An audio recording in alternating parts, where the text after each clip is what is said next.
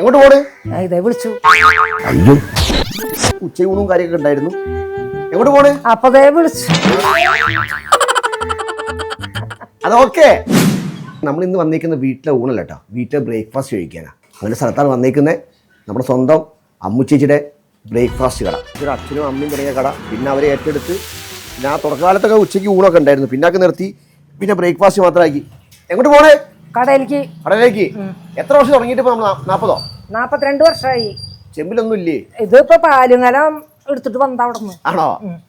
Special എന്തൊക്കെയാ അവിടെ? Special വെള്ളയപ്പം, നൂലപ്പം, മസാല ദോശ, മുട്ട ദോശ, ഇടിയപ്പം അല്ലേ? ഇടിയപ്പം. അങ്ങോട്ട് പോയി കഥ പറയാം. ഓക്കെ,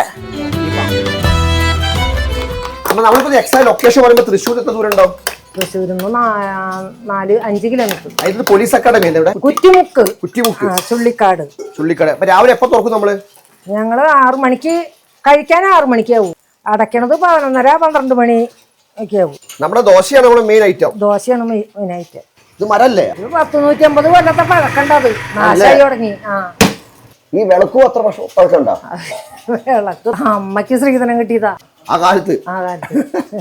വീട്ടിൽ ഉണ്ടാക്കുന്ന ഭക്ഷണം അതേ രീതിയിൽ അതേ ടേസ്റ്റിൽ ഒരു മായം ചേർക്കാതെ കിട്ടും. നല്ല ചമ്മന്തി, ഈ വെളച്ചമ്മന്തി പൊളിച്ചു. അപ്പോൾ ഞാൻ മെല്ലെ കഴിച്ചിട്ട് വിട്ടേക്കും.